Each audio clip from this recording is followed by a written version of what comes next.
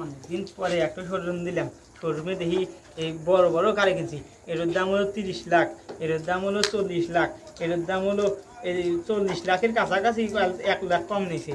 এই প্রায় 1 কোটি টাকা দিয়ে আমি ফাইন একটা শোরুম নিয়েছি। এই শোরুমে দেখি কিছু কেনাকাটা করা যায় নাই।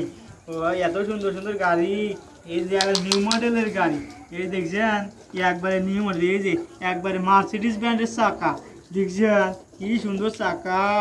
এই যে লাল টকটকা গাড়ি রে, লাল টকটকা গাড়ি।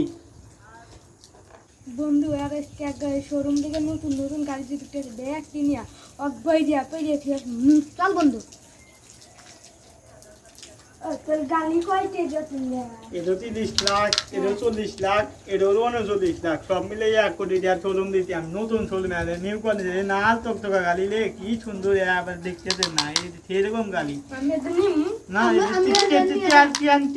नहीं होगा मैं बोले गाड़ी ना टिटिया जाने को जा ना नहीं दिम ना टिटिया जाने को जा टिटिया जाने को टिटिया जाने को टिटिया जाने को टिटिया जाने को